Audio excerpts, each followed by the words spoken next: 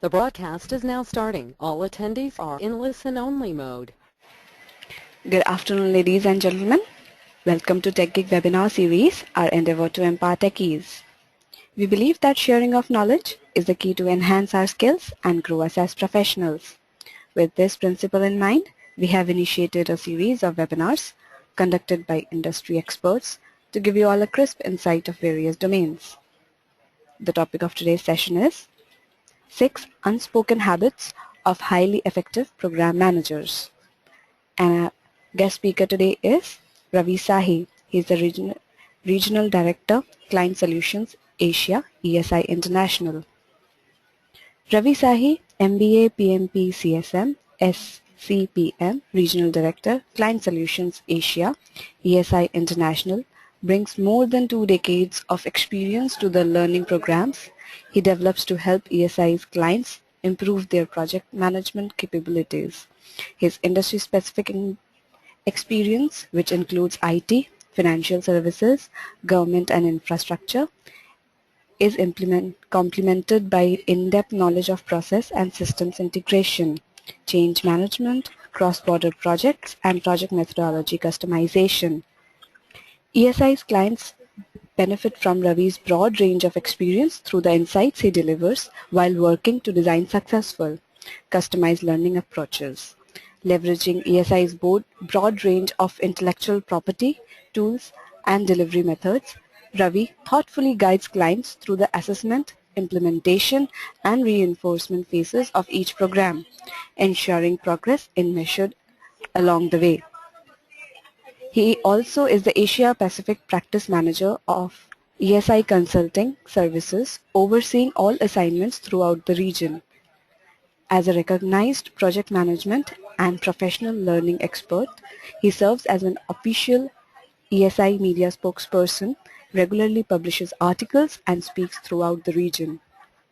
In China, he is a State Administration of Foreign Expert Affairs, registered foreign expert in project management, and has delivered presentations on numerous occasions in the country.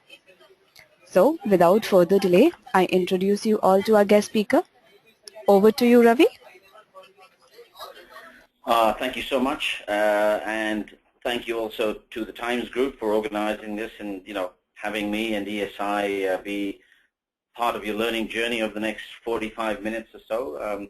Thank you so much for all of you who've taken time out of your schedules to be with us as well today. And, and I hope, we can only have it so much interactive on a webinar, but I hope when I ask you to do certain things, like think about certain things, or try to remember certain habits that you actually follow me, and the instructions as much as you can. So my hope is that at the end of this this session, I have convinced you that it is not doom and gloom in the program management space. We hear about only the bad news. We hear about all the project failures, and I will speak about some large program failures as well that you may already know about, but I think it's not a bad way to revisit certain well-known events to see why they failed, and really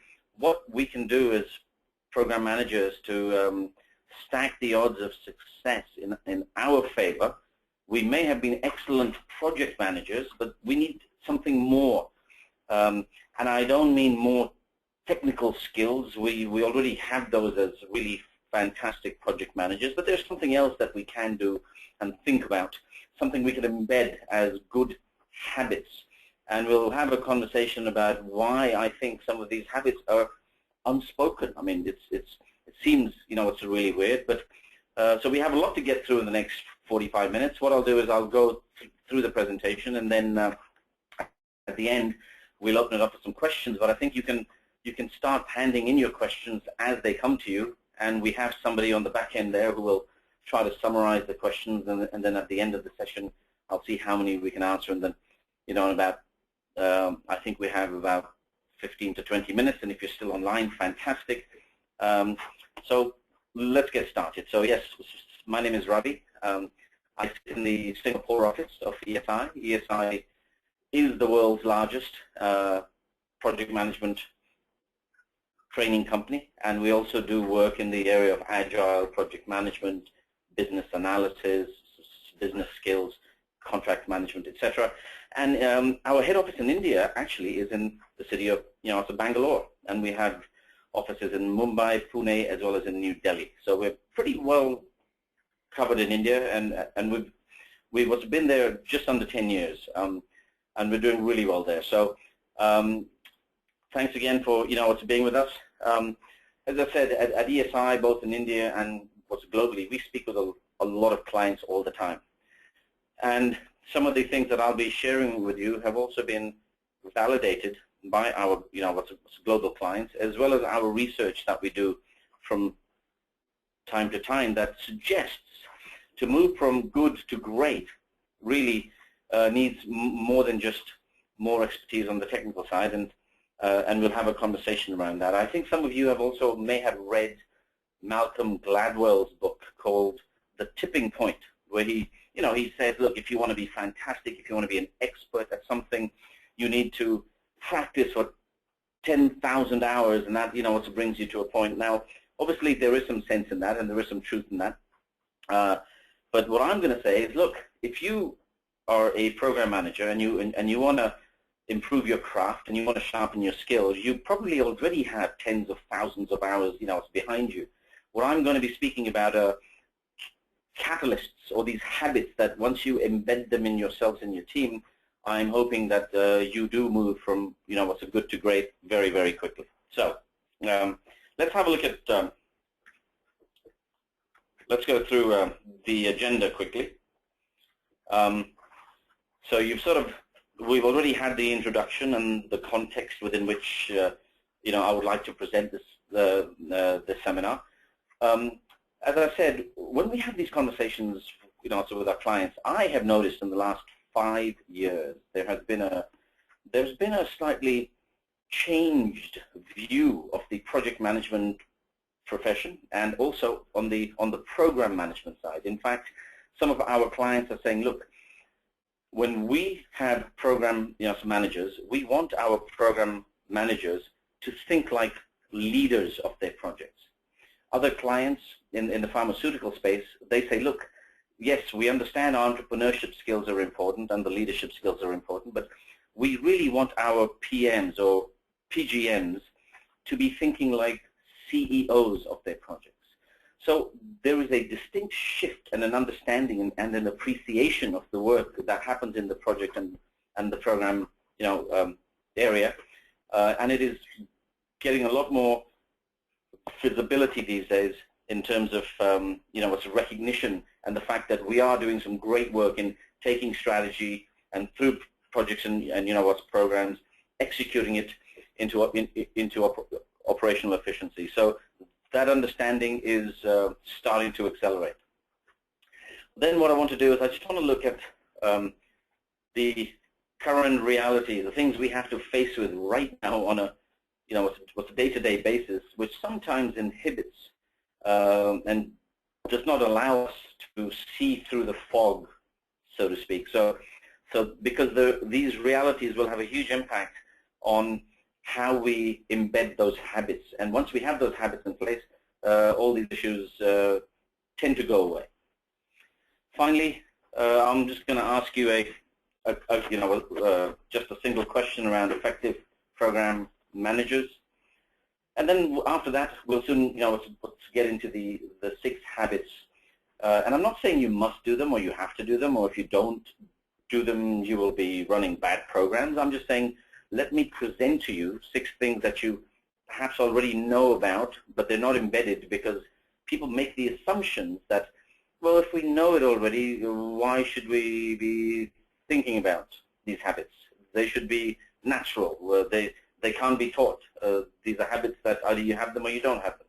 Well, I completely disagree. I think once we know that they are there, we can supercharge them. We can start thinking about 1, 2, or all 6 of these, as we go into the planning and the execution of our next large, complicated, client-facing programs. So finally, as I said at the end, we'll have some time for some Q&A. So let's have a look at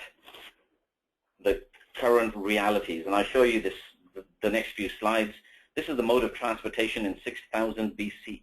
Yeah? Let's fast forward 8,000 years almost. So in 8,000 years, we moved from this to this. It took us 8,000 years to get from the camels to, this was like the Lamborghini of its time. It was the 4-horse-powered Lamborghini. It was the fastest thing there was out there on the open road. Let's fast forward from here to, let's say, the train. So from 1785, it only took about 50 years for the railroad to come in. So just imagine in 8,000 years, we went from the camel to the stagecoach.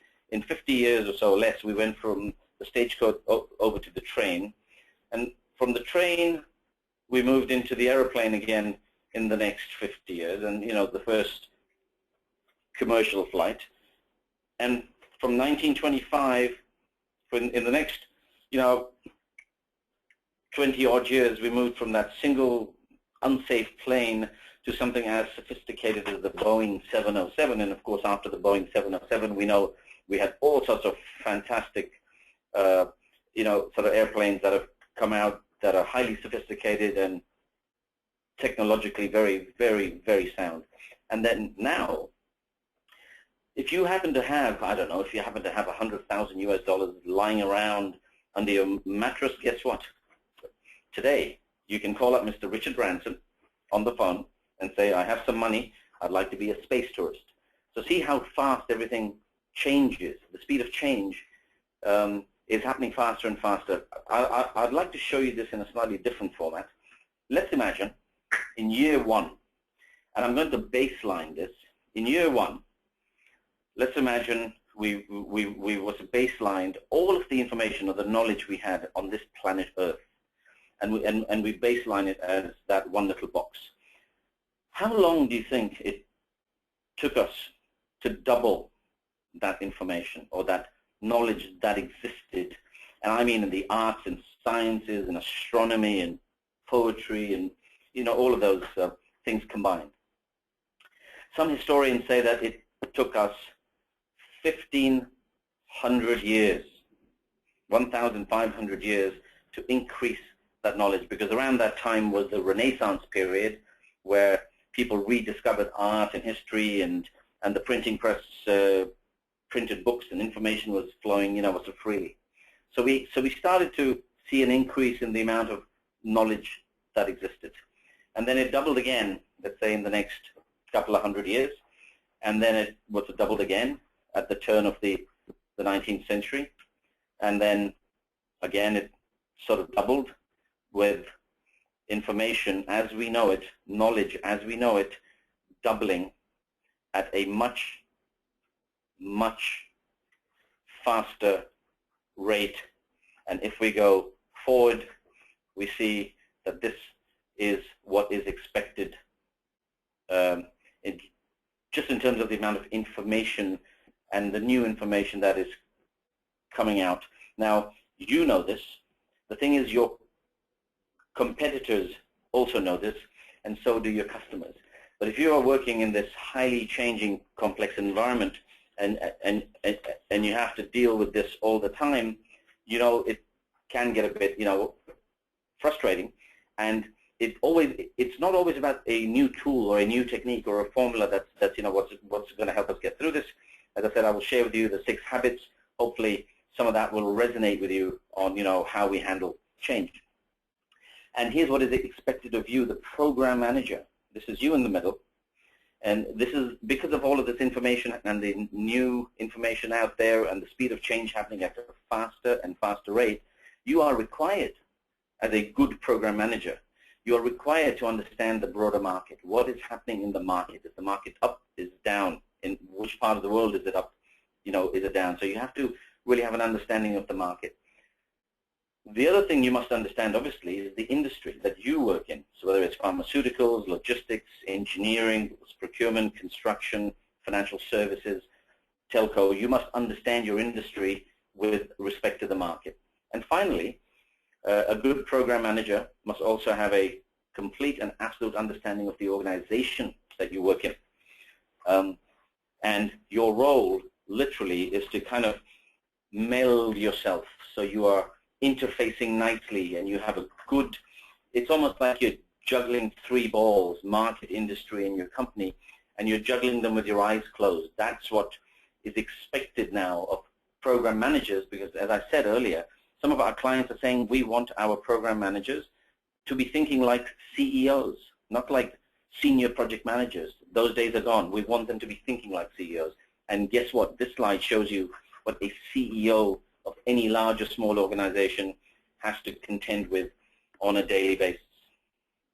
And and the customers are saying, look, and the reason we want this is because we're going global, and we're going global at a faster rate. And guess what? We also, while we do this, we have to think about expenses. We've all heard the mantra, cost, cost, cost. So we want to go abroad, we want to expand, but we really want to keep an eye on cost. And we want to beat the competition to the market. Now, I'm showing you a very old photo of an iPod to show you how fast we moved just in the last 2 or 3 years from this thing, if anyone can remember that, to the brand new stuff that we have now, on our shoulders that we clip when we go for a jog. So things are changing fast. With all of this, the customers are saying, yeah, and guess what? We aren't seeing less competition because what's barriers to entry in a lot of industries these days, because of technology and the availability of so much information, the barriers are being torn down and reduced. We are actually seeing more competition in our space rather than less competition. The other thing is that they don't really, most of our customers, even in the slow market, were saying, look, if you have access to good program managers, we still have a huge need for them. So even when the market was down and people were laying off hundreds and thousands of staff, they were still looking for talented, sophisticated, and efficient program managers at the same time. And if you think that isn't complicated enough, throw in more complex requirements. So this is what's happening to you, on a day-to-day basis. And here's a situation I don't want you to be in. I don't want you come, what's a Monday morning to obviously look like this man with everything that's happening, the speed of change, the complex, what's the requirements, the time to market, the increased competition. I don't want you to be doing this when you go back to work on Monday. I'm hoping, some of the things I share with you will make sure that you don't have these amazing conversations with your laptop in anger and in frustration. What I do want you to feel is I would like you to feel this way at the end of the presentation, at the end of this webinar. I want you to sleep like a baby. At the end of today, when you go back home, I want you to start thinking about some of those habits. How can you amplify them? How can you introduce them into your organization or into your teams? And how can you promote them? You will have to promote them as the program manager. And I want you to sleep well, and I want you to be happy. This is how I want you to feel tomorrow, or it's Monday. And finally, I want you to feel empowered. I want you to feel confident in the fact that by looking at, thinking about, and introducing some of these concepts, that you can walk with a certain level of more confidence as you go back to the workplace on Monday. So I hope I've, was resonating with you a little bit on that all of those who have signed up for this, you've signed up for the right webinar. So let's just go one step back. And so I just want us to all be on the same page, because a lot of times the word program and program management means what's different things to different organizations. I'm talking about it in terms of the program management standard according to the PMI. It really is a program is larger than a project. It's to do with organization goals. It could be over a series of years. Some programs finish, some programs don't finish. Program management is taking all of the projects within the program and make sure that these projects are related. Make sure that no matter what we select in terms of the projects, they have the benefits, and we have improved control over the projects and the benefits through program management. And it is the coordinated management of said projects to drive organizational goals and objectives. So I'm quite sure everyone who's signed up is in alignment with my, what's the definition of what is program management. So let's have a look at, as I said, actually, also wanted to use a tale of two cities. I wanted to use an example that we all know, again, just to drive home the fact that why program managers are in short supply and why this program management is more than just someone who's a fantastic project manager. The habits that I speak about will resonate with you, and I'm hoping that at the end of this seminar you walk away feeling confident, just like the lion. So a quick recap, as I said, let's go to Paris or to Toulouse, France, and let's go to North America. On the other side, we're in Chicago, USA, and I think you know exactly where I'm going with the two programs in the past that have failed or haven't done that well. Airbus, obviously, in Europe, and Boeing, which is continuing to see issues with the Dreamliner, with the 787, what's Dreamliner, issues with airlines, including Air India, and other airlines around the world too, in Japan and in Korea. So let's focus in on Airbus. I think most of us are aware of what happened with Airbus. It was one of those silly things in this large program, and it's a large program because the parts were built in 5 or 6 separate countries and then assembled in France. But realistically, I think the failure element here had to do with bad communication. It wasn't technical expertise, it was just bad communication. One team was using CAD-CAM software version 3, and another team somewhere else in Spain was using CAD-CAM version number 4. The thing was, version 4 was not just a minor upgrade and a tweak from what's version 3. It was a major rewrite from version 3. But no one spoke to each other to say, let's use the same instance of the same, what's a version of the software. And basically, this plane has something like 530 kilometers of wiring inside it. When they tested the software independently on 100 to 300 meters, it worked absolutely fine. But you amplify a little mistake over 500 kilometers, and they had huge issues. And obviously delays, which obviously was delayed the airline. It lost $6 billion because of late delivery and other issues that had to be rectified. $6 billion was lost, was because of a lack of communication and just simply understanding cultures and understanding the key stakeholders. On the other side of the planet, Boeing 787's Dreamliner had issues of its own. This was an organization that used to build most of the parts internally, but they decided this time to reduce risk or to spread risk and to reduce cash flow usage and to increase what is called a return on net assets, or RONA. They decided they would outsource a lot of the work, whereas previously they would do it all in-house. And they completely misunderstood the risk of outsourcing to second, third, and fourth level suppliers. Long story short, it's still having problems. What originally was a $5 billion project, a program, ended up costing about $18 billion. And as I said, as of last year, they're still experiencing issues.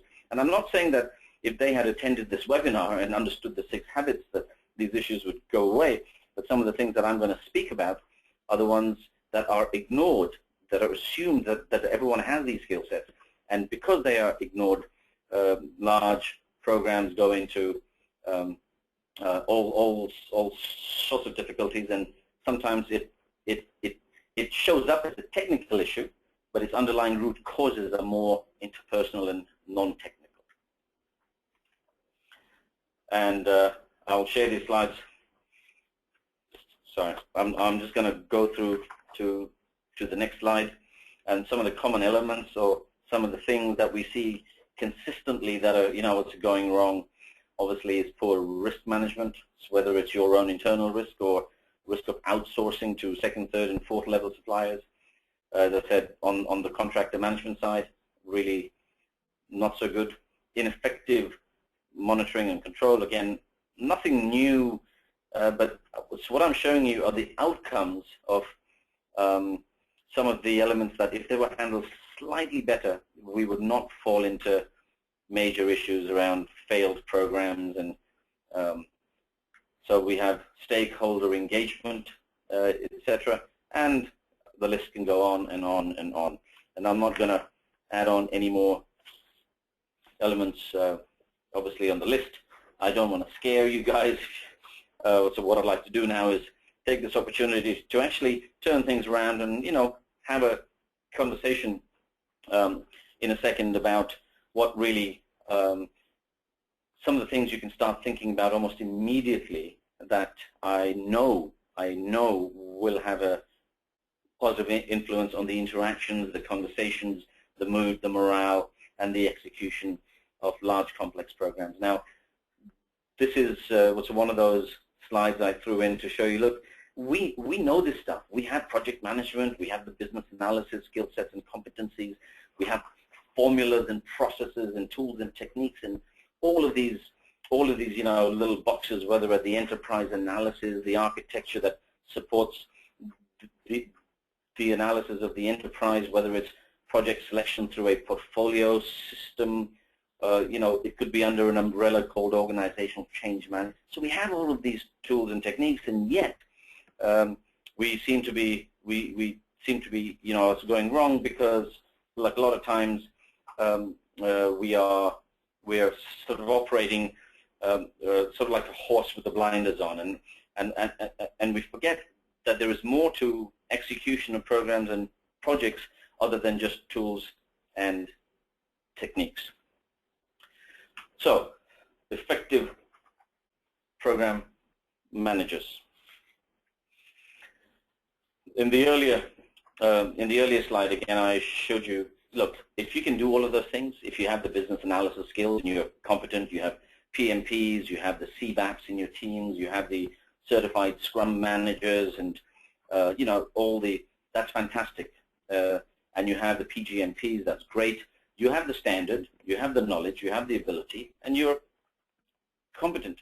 What I would like to share with you through these habits is that you can take this, you can ramp it up, you can improve your competence almost as though on steroids, and you can take it by increasing your performance, going from just competent to highly effective. And I think all of you will understand that there is a huge, what's the difference between good enough and great. And I'm talking about let's not be happy anymore with good enough. Let's aim for greatness. And here's a slide that some information that I found. Stanford research says, look, 75% of one's long-term job success depends on what people skills. So the higher up you climb that ladder, and let's say you're at the enterprise level, and you're also running a strategic enterprise analysis activity over 6 months. Knowing how to work with people is going to take you higher up the ladder and faster than just being really competent at only at the tools and the techniques and the process side. Now the other element here says that 75% mark skills as communication skills, very important, influencing the sort of hiring decisions. And here's the other one: teamwork and problem solving were also among the top 10. Again, I think you will agree with me. I think a lot of times these skills are people say, well, we can't really teach them, and we'll show you why. As you move up the ladder to be effective, once you go into a mid-manager's role, it's kind of 50-50 on the technical skills and the business skills, and the higher up you climb the ladder, and this is according to the PMI themselves. Really, it's business skills, interpersonal skills, all of those kinds of things really trump skills on the technical side. Now, I'm not saying that you don't need those. I think we all know how hard it is to keep abreast of how fast technology changes, and if you want to stay, on the tech path and have deep expertise, so by all means, that is another, that is another option. We're just speaking about if your organization looks at program managers as CEOs, then we need to start thinking about the other side of the coin as well. And why are these habits unspoken? As I said earlier, they are almost, sometimes they are what's taboo. From going from the tactical to the strategic. Some people think, look, I can take a really good project manager and I can promote him to a program manager with a strategic mindset. We all know that is what's a recipe for disaster. We know of great salespeople who've been promoted to sales managers, and they have failed as sales managers because the competencies or the skill sets are slightly different. Some of you may have read this book called the Peter Principle. And really, what the Peter Principle says is people are elevated or what's promoted to their level of incompetence. It's almost like reverse. We throw the person in first, and then we figure out what he needs to do the job. What I'm saying is start inculcating some of the habits, which I'll speak about right after the slide. Start thinking about these on a daily basis, and you will be able to almost disregard the Peter Principle. You'll be ready to, you and your teams will be ready to assume the role of a highly competent program manager. And the thing is, we have our customers who continue to hound us, and they keep saying, look, you're a training company. How can we get our people to be more innovative? How can we, have them to excel at client relationships? We want them to think in a business sense. We, see, all of these elements a lot of times in organizations are not spoken about, and especially on the technology side. It's about more technology. It's about the latest tool or the latest, what's testing tools, or the latest, what's the developmental tools, and training on the tool side, which is great. You do need that. But that's fine at the project level. At the program level, as we said, you need to start wearing the CEO's hat. And the 6 habits that you need to start to consider are this. The first one. Now, you really must be a great storyteller. You really have to keep your story short. You have to keep your story compelling, and it really has to tell the audience or your team members that survival of the organization primarily depends on us tying the program to the business. And we've seen this photo, and I'm just using this as an example to show you how to tie the program to the business. Now, this is a photo where some people will see a young lady. The young lady, if you can follow my cursor, her nose is, or you may not be able to follow me, that's like, some of you will be able to see the young lady looking away to the left, and some of you will see an older lady who's kind of with the left side of her face is looking, downwards. That's okay. Some see the young lady, some see the old lady. Your role as the program manager is to continuously, constantly, periodically remind your team about the direction that we want this organization to go, or the program to go. So it needs to be tied to either the young lady or the old lady, and of course that's a metaphor for the direction that you want the business to go in. So one of the best ways that I know is to be able to tie that story around numbers. A good program manager, to be able to tie that story, has to be fluent, has to be fairly, literate in being able to communicate financial information, has to be able to look at the impact to the budget based on the decisions that he or she is going to make. So he should be very comfortable using a tool like Excel to do a what if analysis. again, skill sets that if you don't have, I would start asking internally if you have any training programs, if you have a mentor who can show you how to use, finance, numbers, how to use it to your advantage. Because at the program level, as we know, we aren't talking in the fives or the tens of, some millions of dollars that one loses. Making the wrong decision can cost you the company, or certainly into the hundreds of millions, if not the billions of dollars worth of impact. So be fairly comfortable with numbers. That's all I'm saying here. The second habit is, we do speak about this at the project level, and we've all heard about this. We all know.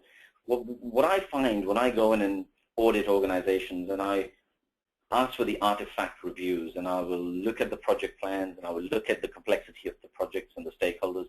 And a lot of times, this stakeholder management, the grid, is missing, or it's a few bullet points. I can understand it on a small, repeatable project where you may not have time or the inclination to do this.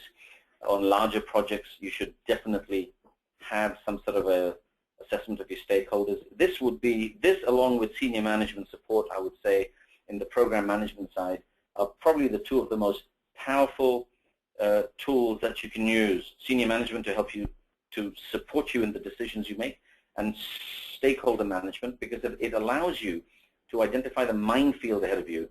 In program management, if you don't have what's one of these, you are almost saying, I'm going to walk into the minefield, and I don't want a map. I don't want to know where the mines are. I'll be fine. I will come out the other end of this field unscathed. Chances are you won't make it halfway through the minefield if you don't have a map. This is your map to help you get out of the minefield, especially of the people who have a high level of influence and aren't really interested in this program, or sometimes are almost against you in the program. So using this as a high-level approach, what you can do next is to use a map. And there are, so many maps available at ESI. When we do work with our clients, we use this one. We just talk about assertiveness, about high assertive people and highly expressive people, and obviously, it's low on the other side. So what I would do is I would take my stakeholders, once I know where they are in the earlier grid, I would then assess them against their assertiveness and their expressiveness. And I would devise my communication in one of those 4 methods.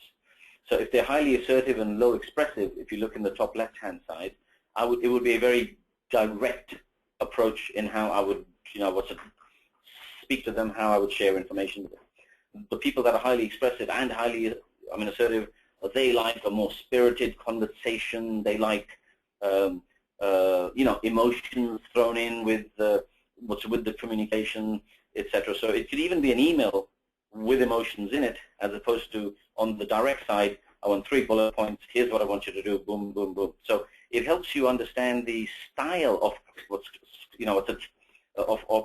of the receiver of your email or any form of communication. So again, a nice little thing to think about in your next program. And we'll share with you some of these, the strengths and the cautions based, as I said, on the type of communications. And we have a lot of information on the slide. All I'm trying to say is there are 4 or 5 styles. They have some strengths and they have some cautions. Whichever approach you use, they also have the MBTI, which is another tool. The SDI is another tool. So whichever tool you choose, or your organization chooses to understand people, just realize that after the stakeholder assessment, try to understand the style of communication of the receiver and target your comms in the style of the receiver. We are almost there. So habit number 3. This is kind of like, it says, look, use situational thinking. Now, the reason we call it situational thinking, as in situational, what's leadership, is that as a lot of times as project managers, what we do is we find a problem and we go and we fix it. It's a slightly, what's a different approach when you're in a what's program environment, and especially when you in a program you have multiple projects that are starting, that are entering the stream and are exiting the stream. What's critical thinking really is about solving a business problem. So it is the focused and intentional thinking. It is, and we'll see in a minute, there's 3 or 4 ways, so we can approach this. But it is, even according to the source there at the bottom, they're saying of all of the skills expected to increase in importance, the number 1 skill that is still seems to be in short supply, no matter how many university degrees we have, and what's people come out of these fantastic institutions and work in blue chip companies like yourselves. There seems to be a dearth of this. Partially, I have to admit, it is the organization. Sometimes the organization will not allow certain people to think outside of the box. But I think given the landscape that I shared with you earlier in terms of the higher complexity of the requirements from customers, the faster time to market, lots of competition in your space, this is one of the skills that becomes absolutely key. So situational thinking, which means try to use slightly what's different styles of thinking. And at ESI, as I'm sure you know this, we say, look, don't approach a problem that needs to be fixed, or you need to brainstorm some ideas. We are usually very good at the tactical or the analytical side. So the analytical is, why did it happen? Why is it this way? Tactical means how can we fix it and how do we move forward? So I think a lot of our training, both at the technical level, at the university level even, I would say, is along that x-axis from analytical to tactical, and we're very good at that. So we're saying, why don't you try and introduce another 2 ideas? So ask yourselves, is there a method in this organization, or can I introduce what's method of coming up with innovative ideas, coming up with newer ways of approaching a problem? So what can we do in terms of generating lots of new innovative ideas to either solve the problem or to take advantage of some business opportunity? And once we come up with those ideas, we need to start thinking about what are the consequences of implementing some of those at a strategic level, i.e., we know that habit number 1 says tie the program to the business all the time. So we need to keep that link very tightly in place. The program benefits to the strategy of the organization. So we need to have that link. So these new ideas that are coming up, how in line are they with that strategic fit? So we aren't just thinking about today and next week, and obviously it's next month. A program manager needs to have an inside-out radar that may be thinking 18 months to 3 years down the line in terms of the direction that the organization is heading in. So a key habit to start inculcating, to start thinking about, to start introducing, maybe in your program integration or the update meetings that you may have every month. Start looking at both new ideas and also the impact that this could have on the strategic intent of those ideas. Then we're almost there. Habit number 4. This guy, Vince Lombardi, he was literally said to he's the coach of an American football team, and he said, look, I don't want the fastest, I don't want the best looking, I don't want the strongest. I want people who come together who are motivated to perform. So I want people who can work as a team, because a team working together is much stronger than 1 or 2 heroes that that stick out. I mean, if anyone has been, if anyone has watched the World Cup recently, if you're a Germany fan, congratulations.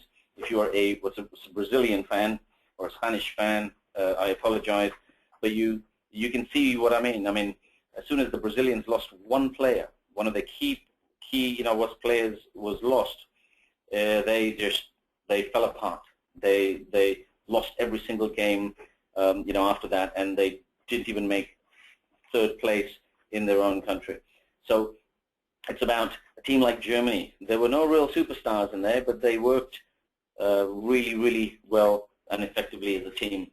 So one thing to understand about teams, please realize everyone is not going to get along all the time. There'll be arguments and fights, but your role is to make sure that at least everyone is running or headed, in the same direction. That's a good place to be. And it's like, I would say, you can almost see yourself as a coach. So, as a program manager, because you'll be managing all the project managers and your key stakeholders. So you should almost have a checklist, like a coach's checklist. So one thing I would do is, was Google the coach's checklist, and you will get a lot of great information from what a coach thinks about how to build a team and how to make sure that the team is always what's performing at the highest level. How to identify morale, how to get people, out of the doldrums, get people excited about the work that they're going to do. So don't just rely on project and program management literature. Go outside of this space. Read what great coaches do on how they select their teams, and I mean in football and in cricket and in other sports teams. Do some homework and find out how they do it, and I guarantee you will find some pretty interesting ideas that you can introduce into your organizations on how they select the team.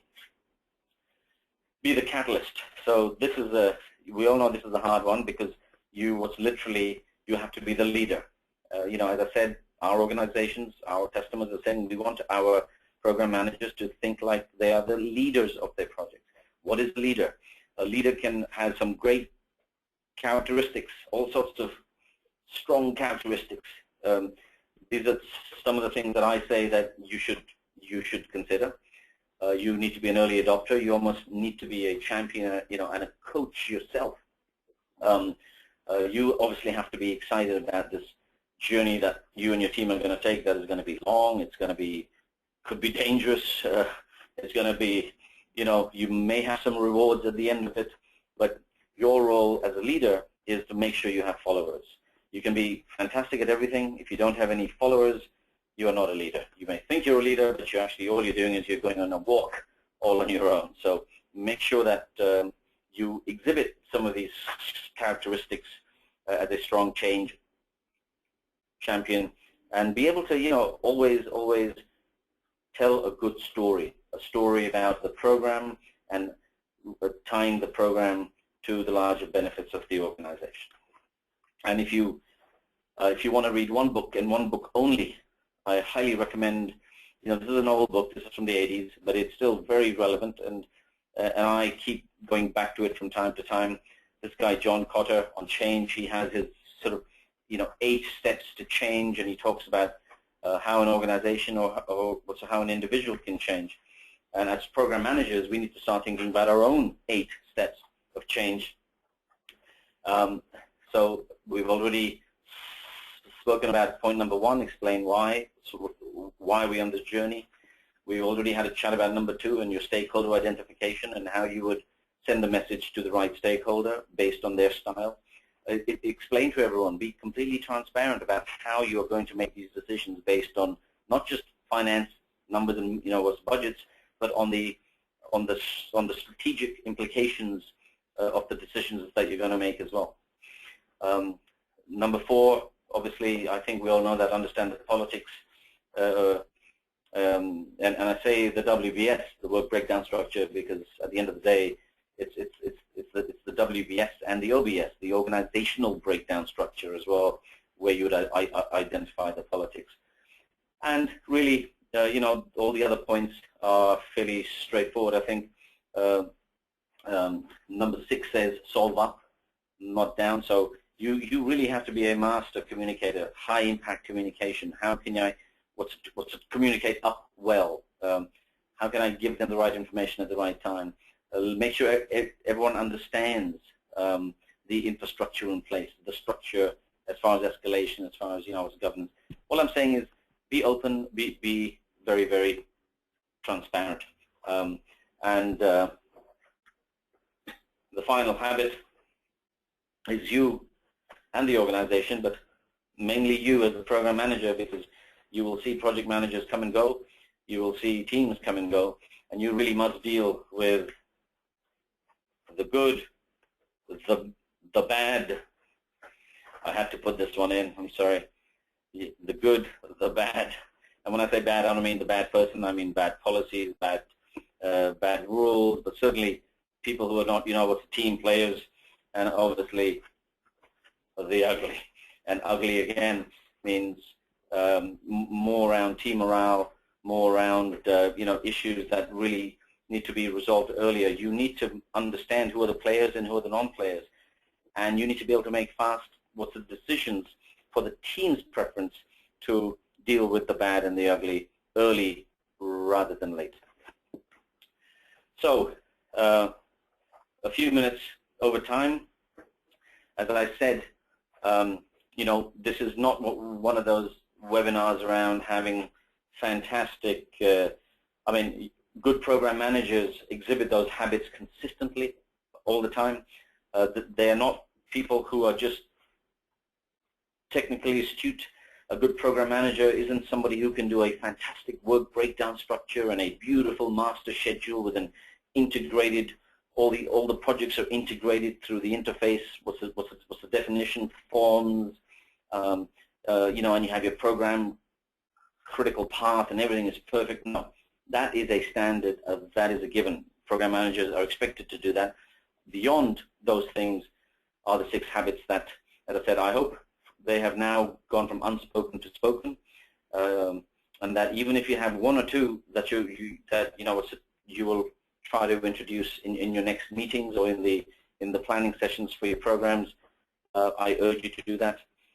And I thank you once again for your time. I hope, I know I've thrown a lot of information out in a short time, but I hope some of it sticks, and I hope that you felt this was time well spent. What I'm going to do now is I'm going to open up my questions format to see if there's anyone who wants to ask a question. Right. Thanks, Ravi, for this insightful presentation. As you mentioned, just let's quickly take up the questions now. I request you to read out the questions and their answers so that all our users may listen to your insights. So are you able to see the questions coming into you? Yes.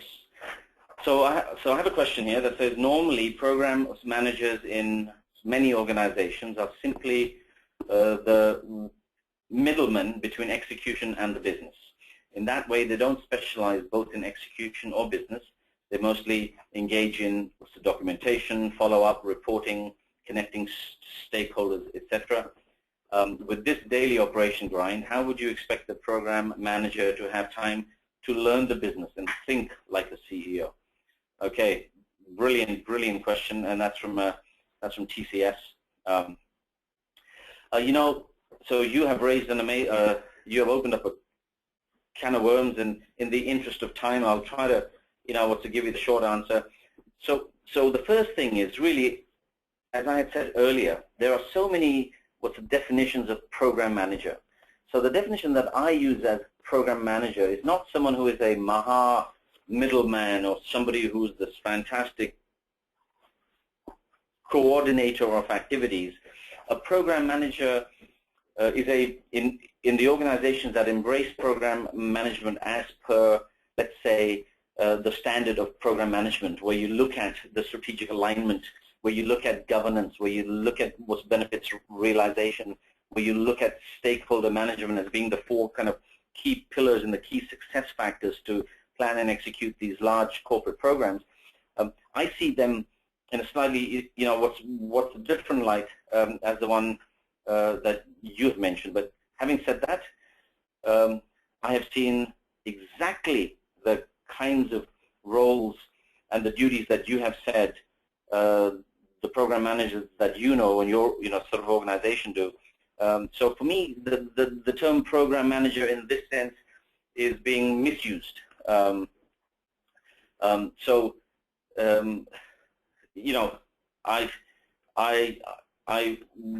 wish I had more time just on this question because the organization has to, and the L&D folks in the organization and HR have to be very clear about the role, or sorry, the title, program manager. What are the roles and the expectations? What are the responsibilities? And most importantly, what are the competencies one needs for somebody who's going to move from a project management role to a program management role? And if that is clear, and there is a path in place for entry-level project managers, and 15 years later you're a senior program manager, if there's a pathway, a competency roadmap that exists in your organization, that is a great starting point where you will start to realize that perhaps we shouldn't be calling this person a program manager, because that doesn't fall in place, or it doesn't ring true to the profession of program management. So that's my answer there. So the second question from Mr. Joda is, how can one balance our technical and business skills in the meeting? So thank you for that question. So what I would say is, let's start with this thing called the meeting. We all have attended meetings where we've sat there and we've wondered why we were invited to the meeting in the first place, or what is the real objective of the meeting.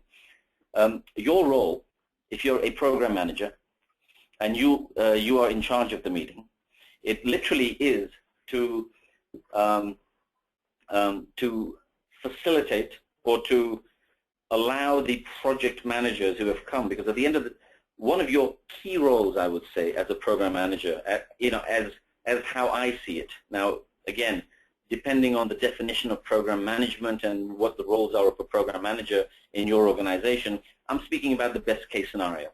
So in the best case organizations, the program manager, one of his or her key roles, other than team, development, storytelling, keeping everything in line with corporate strategy, one of the key roles of a program manager is to identify and manage the interfaces between the various projects. So once you have identified the inputs and outputs from the various projects, and if any of those inputs and outputs fall on the critical path of the program manager's role is to make sure that whoever promised an output will give that output as an input to what's the receiving party at the right time. So in these meetings, one of the key things I would look at is obviously look at the interfaces, and is there any issues around what's the delivery of these interfaces. And I don't mean just at an IT level interfaces. I mean new product development, physical product development, hardware development, construction projects, building an airport, etc. So the key role is, what can I do if there is an issue around the interfaces? How do I make sure that the person who wants to receive it receives it at the right time? So your role becomes, in those meetings, is not so much of a technical or a business. It is both. I mean, if you understand the technical nature of the work, fantastic. So let me tell you this. When I worked with an organization called Temenos, they're a large banking software system, and I was in the PMO, as a business analyst in those days. I can remember we had a program manager who flew in from the UK. His skill sets were not at all technical. He didn't understand both from the I mean, he knew some banking, but he was not a technology person, and he was a fantastic program manager because he understood the broader vision and the idea and the timelines and the strategic risks. He understood the importance of input and output identification and the delivery of those key interfaces at the right time.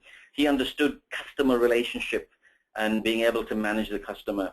So all of these were the skill sets that that he had. It wasn't so much just on the technical side or business side. It was more around. I mean, he was a great people person, but we never went to him for anything to do with a technical solution or an input. For that, we had the great project managers and the systems analysts and the architects who were, obviously was part of the various sub-project teams.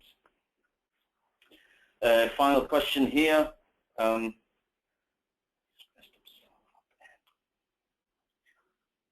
Hi, you stressed upon solve up and great communications. How do we work on that? Where did we go? You stressed on solve up. What's communicating up? Solving up is one of those things. If an organization, and I've seen this in an agile environment. In an agile environment, and I think most of you, I hope, are fairly familiar with the agile environments these days, or the sort of iterative development environments. They work best when the teams have got the authority, along with the key stakeholder, or let's say the product owner. They have the authority to make decisions on the go.